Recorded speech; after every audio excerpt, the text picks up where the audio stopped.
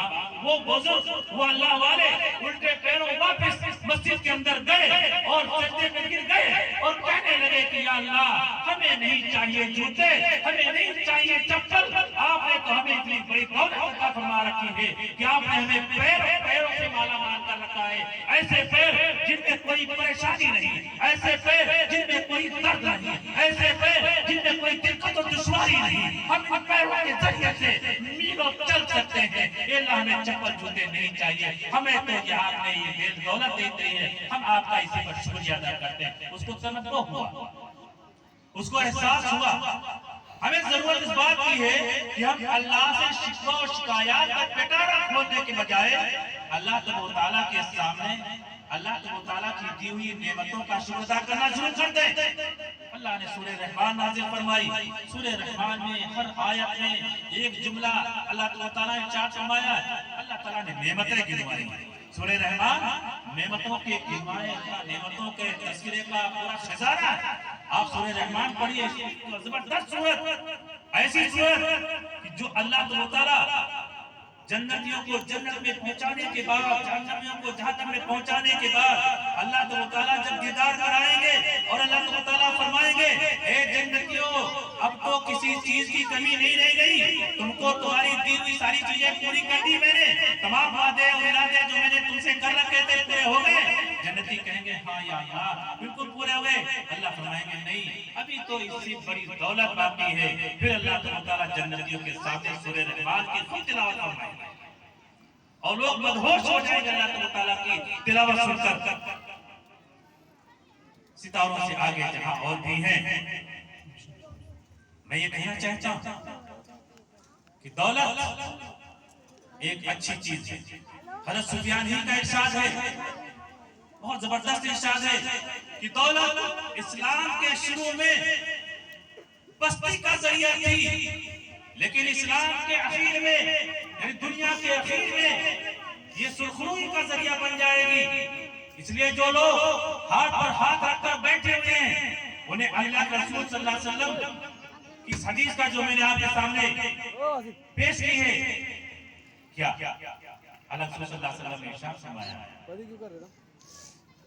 طلب القسب الحلال فریضۃ بعد الفریضہ، رزق حلال کا طلب کرنا ہر فرض کے بعد ایک فرض ہے۔